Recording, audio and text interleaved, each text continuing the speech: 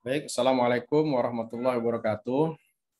Selamat datang kembali di perkuliahan online ya, menggunakan Zoom untuk mata kuliah MPPHP. Inilah seri video tutorial yang terakhir ya untuk mata kuliah MPPHP, dan kita akan lanjutkan ya pembahasan terkait dengan pendinginan ya. Baik, kemarin kita sampai sini materinya ya, dan kita akan lanjutkan ya hari ini. Nah, eh, beberapa faktor yang mengendalikan daya simpan ya. Jadi selain proses penyimpanan di suhu rendah atau pretreatment ya, sebelum seperti blanching dan seterusnya, maka ada beberapa faktor yang juga ikut mengendalikan ya seberapa lama kita bisa menyimpan bahan pangan segar ya selama pendinginan.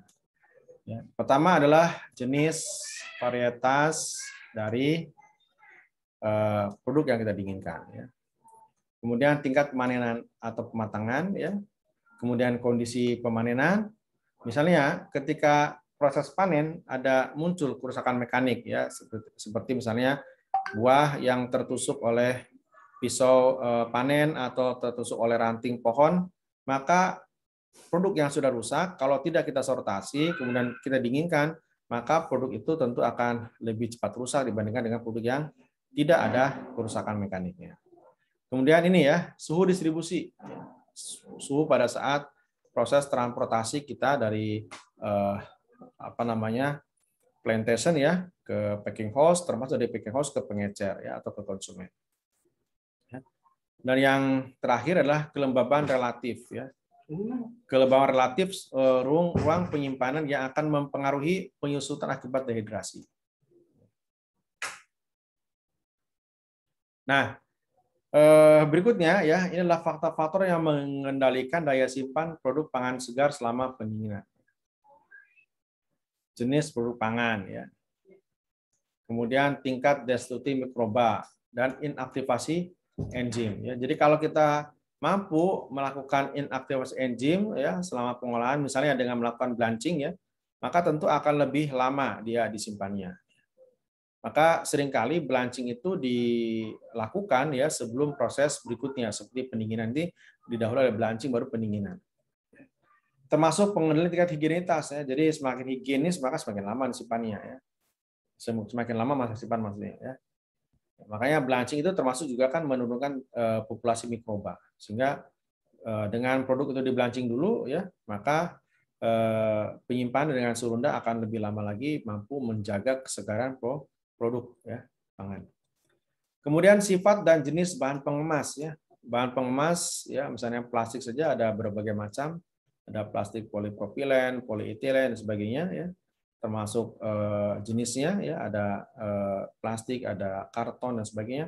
Nah, itu semua bisa mempengaruhi proses kesulitan dari pindah panas ya dari produk ke luar atau sebaliknya, termasuk kemudahan atau kesulitan produk melepaskan atau menerima sejumlah ya gas ya atau gas tertentu seperti CO2 atau oksigen yang itu akan sangat berpengaruh kepada produk biologik yang kita simpan ya.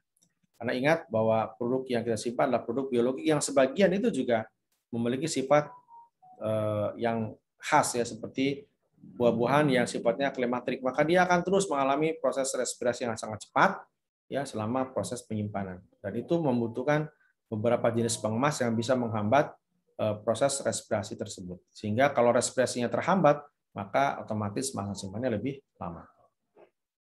Termasuk sama ya suhu distribusi dan penyimpanan.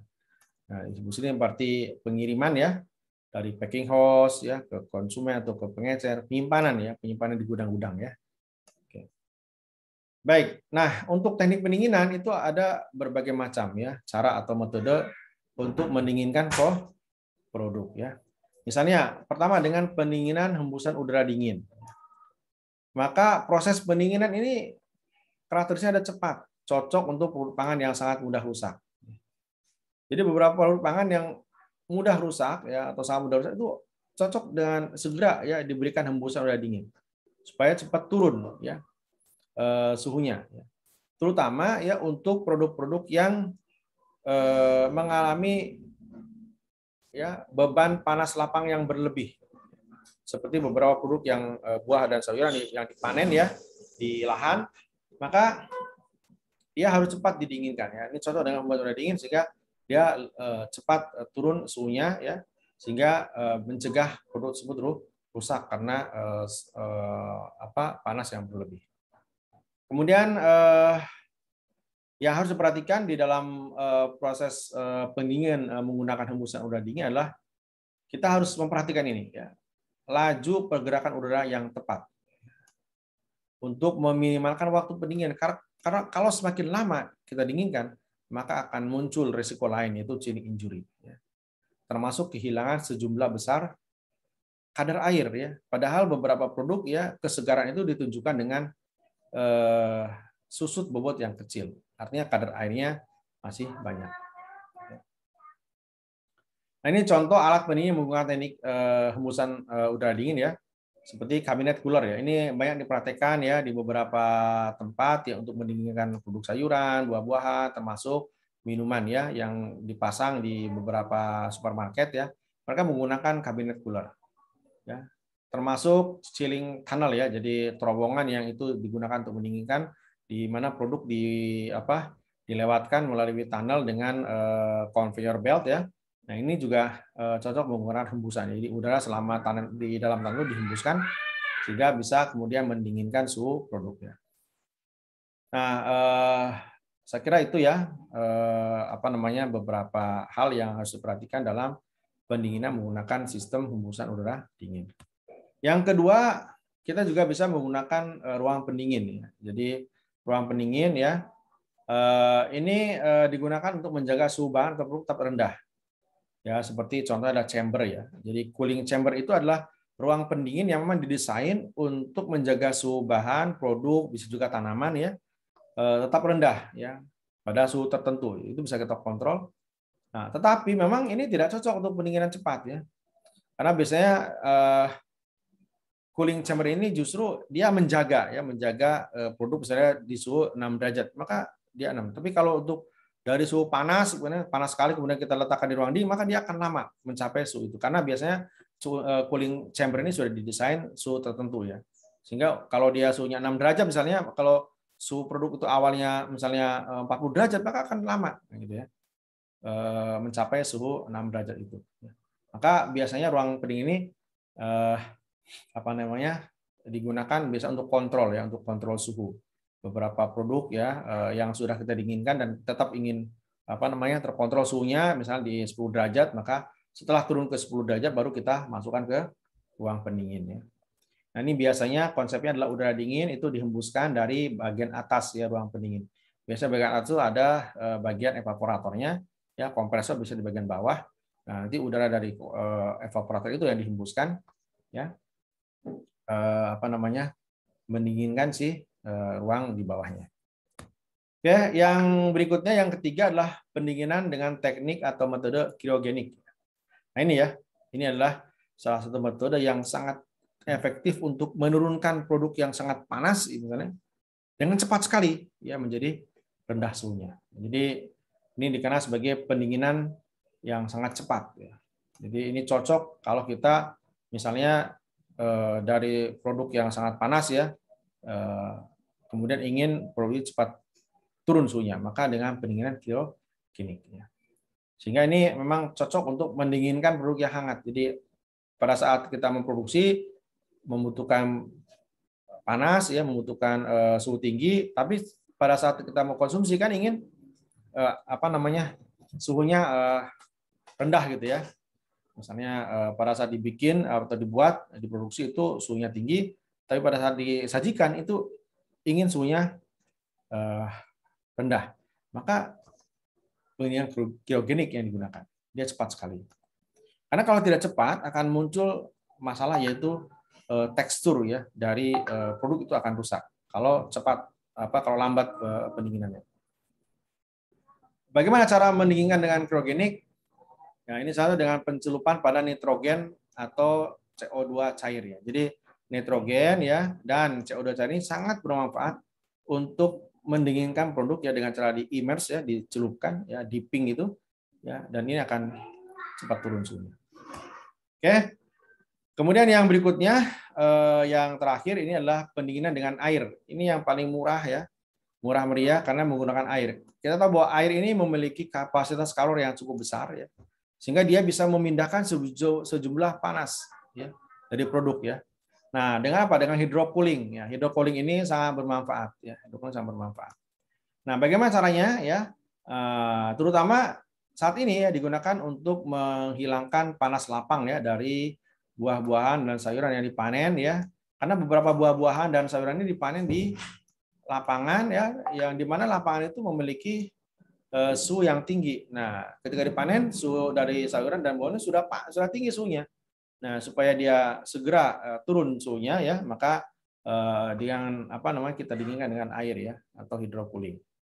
Nah, caranya bisa dengan disemprotkan, direndam atau dicelupkan ke air dingin ya. Kalau di beberapa tempat ya, ibu-ibu rumah tangga biasa menggunakan air es ya, atau ya es batu yang direndam dengan air, kemudian air es itu jadikan sebagai media pendingin ya, dengan cara sayuran itu dicelupkan ya ke dalam cairan dingin itu, maka dengan segera ya suhunya akan menjadi lebih rendah ya, dan panas lapang bisa diatasi ya. Karena panas lapang ini yang salah satu yang menyebabkan proses kerusakan sayuran dan buah-buahan menjadi sangat cepat ya. Baik, itu ya. Ini contoh dari hydrocooling ya. Ini sangat mudah sekali ya. Ini adalah contoh hydrocooling yang bisa dipraktekkan di rumah ya. Jadi sayuran, buah-buahan itu direndam dengan air dingin ini. Nah, ini untuk skala industri ya. Ini teknik yang saya kira sudah juga banyak dipraktekkan ya di industri, terutama yang membutuhkan proses penghilangan panas lapang ya, atau heat field ya, panas lapang yang ini produk dilewatkan dalam ban berjalan ya, conveyor, kemudian dia akan masuk ke tunnel ya. Nah, tunnel ini adalah mengalirkan air dingin dari atas ya. Nah, air dingin ini kemudian mendinginkan produk yang lewat ya. Dan jadi ketika masuk ini suhunya misalnya 30 derajat, maka ketika dia keluar suhunya sekitar 20 derajat. Jadi lebih rendah. Kenapa? Sepanjang inilah dia mengalami proses penurunan panas. Jadi panasnya dipindahkan melalui media air ya. Air ini karena dia memiliki kapasitas kalori yang cukup tinggi. Nah, ini contoh ya. Nah, ini juga bisa dilakukan ya, selain hydrocooling juga spray cooling ya. Jadi airnya disemprotkan. Kalau yang hydrocooling biasanya di dip ya, di immerse ya, direndam. Atau ice topping ya, ini cocok untuk ikan atau daging-dagingan ya. Itu dengan cara kontak ya, langsung ya. Es ya, butiran es dikontakkan di atas bahan hasil pertanian seperti misalnya daging atau ikan ya. Nah, untuk proses pendinginan sendiri itu bisa berlangsung secara alami dan buatan. Untuk alami atau natural refrigeration bisa menggunakan pendinginan evaporatif atau dikenal sebagai evaporative cooling. Nah, prinsipnya ya itu adalah menggunakan evaporasi air. Jadi air itu mengalami evaporasi. Nah, ketika air itu evaporasi, tentu dia berubah fasenya dari cair menjadi gas. Nah, perubahan fase itu membutuhkan sejumlah panas. Nah, panasnya dari mana? Dari produk yang ditinggalkan itu ya. Ketika evaporasinya terjadi di atas permukaan bahan, maka bahan itu akan menjadi lebih rendah suhunya, jadi lebih dingin ya. Jadi ketika dia berubah dari air ya menjadi gas ya, dia perlu energi. Nah, energi inilah yang dipindahkan. Nah, karena energinya pindah maka suhunya lebih rendah kan gitu ya. Itu prinsipnya. Ya. Seperti ini ya. Jadi ketika ini udara, kalau ini udara ya, udara itu hangat ya. Maka ketika ada air ya sini ya, maka air akan menyerap sebagian besar panas ya, akan diserap sehingga air yang udara yang uap air atau udara yang keluar di sini akan lebih rendah suhunya ya. Dari misalnya 30, 40 menjadi 18 sampai 25 derajat. Nah, ini adalah udara dinginnya. Kemudian bisa juga pendinginan alami itu ya menggunakan larutan garam ya. Saya kira ini sudah pakai juga ya, atau dikenal sebagai cooling by salt solution. Kita tahu bahwa beberapa bahan seperti garam dapur misalnya saat ditambahkan ke dalam air ya itu akan mengalami proses yang dikenal sebagai endothermic proses. Jadi endothermic proses adalah proses di mana sebagian panas itu akan diserap oleh siapa? Oleh larutan. Ya. Di larutan garam air itu akan terjadi kemudian terbentuk larutan garam ya air dan dia ketika terjadi proses itu sambil menyerap sejumlah apa? Panas. Jadi kita sebagai endothermic proses. Nah, hal ini yang kemudian dapat menurunkan suhu larutan garam tersebut. Jadi kalau tadinya air ya suhunya 30, ditambahkan garam maka dia akan drop suhunya menjadi 20 misalnya ya. Tergantung banyak sedikitnya garam yang ditambahkan. Beberapa contoh garam yang bisa ditambahkan adalah NaCl ya, sodium klorid, kemudian kalsium klorid ya. Nah, perhatikan bahwa dengan jumlah tertentu ya, sodium klorid itu bisa menurunkan suhu hingga minus 20 derajat. Bahkan kalsium klorid bisa menurunkan sampai minus 50 derajat. Ini luar biasa ya. Oke, kemudian, nah ini jenis pendinginan lain ya, ada pendinginan vakum, yaitu pendinginan ya, di mana udaranya sudah kita pompa dulu keluar ya, sehingga di dalam ruangan itu hampa ya. Nah, pendinginan vakum ini tentu sangat menguntungkan karena produk bisa dingin di suhu yang cukup tinggi. Artinya karena kita tahu bahwa dengan kita melakukan pendinginan pemakuman ya, maka proses ya penurunan suhu akan lebih mudah. Sama seperti halnya titik didih, titik beku itu dipengaruhi oleh tekanan atmosfer ya. Kalau dia vakum maka tentu akan lebih rendah lagi. Nah, ini digunakan untuk sayuran berdaun lebar ya, seperti selada dan seterusnya ya. Nah, ini juga sudah mulai banyak diperhatikan ya, dan ini efektif untuk mempertahankan tekstur ya, tekstur si produk yang didinginkan. Selada misalnya ya didinginkan sampai suhu 2-3 derajat Celcius. Oke, kemudian,